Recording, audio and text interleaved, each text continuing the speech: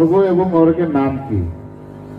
স্বর্গ এবং নরকের নাম কি? আপনি ব্রহ্মবৈবর্ত পুরাণ পড়েন, সেখানে আপনি সপ্ত স্বর্গ এবং 86টা নরক কুণ্ডের নাম জানতে পারবেন। যেমন ঔরব নরক, অন্ধতামিশ্র নরক, এরকম নাম আপনি জানতে পারবেন। দয়া করে ব্রহ্মবৈবর্ত পুরাণে আপনি পড়বেন। নেক্সট, জীব হত্যা মহাপাপ, তাহলে আমরা মা কালীর পূজায় পাঠা বলি দেই কেন?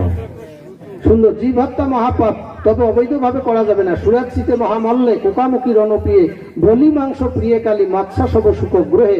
দয়া করে আপনি বৃহৎ ধর্মপুরাণের সেই কালীর মাহাত্ম্যটুকু পড়বেন। নেক্সট, প্রশ্নকর্তা 5 জন রয়েছেন। 5 জন কি 6 জন?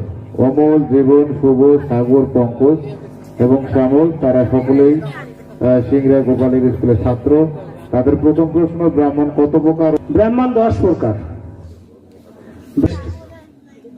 গীতা যদি শ্রীকৃষ্ণ বলে এবং অর্জুন শোনে, তাহলে গীতার লেখক কে?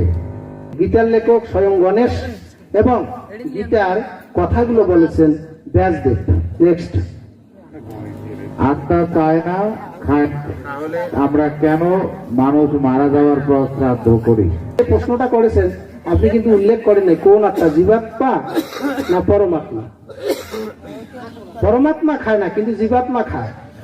তাহলে আপনার বাবার মা উদ্দেশ্যে বা আপনার মায়ের উদ্দেশ্যে যে আদ্যশ্রাদ্ধটা করতেছেন, এটা কিন্তু আপনি জীবাত্মা সমতুল্য ধরে করতেছেন। কারণ আপনি বলতেছেন আমার বাবার শ্রাদ্ধ, আপনি বলতেছেন আমার মায়ের শ্রাদ্ধ।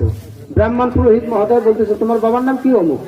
বলে কাশ্যপ গোত্রস্য অগ্রহায়ণ মাসে শুক্লপক্ষে অমুক বর্মণে, এভাবে আপনার বাবার নাম ধরে বলতেছে। তাহলে এটা জীবাত্মার পরিচয়, কারণ পরমাত্মার কোনো পরিচয় নেই, পরমাত্মার কোনো আকারও নেই, পরমাত্মার কোনো পরিচয় নেই। সুতরাং আমরা পিতৃমাতৃ উদ্দেশ্যে যেটা করে থাকি সেটা জীবাত্মার উদ্দেশ্যেই অর্পণ করে থাকি। যার কারণে অনেক ব্রাহ্মণ বলে যে তোমার বাবা যা খাইছে তুমি শ্রাদ্ধে তাই দিতে পারো।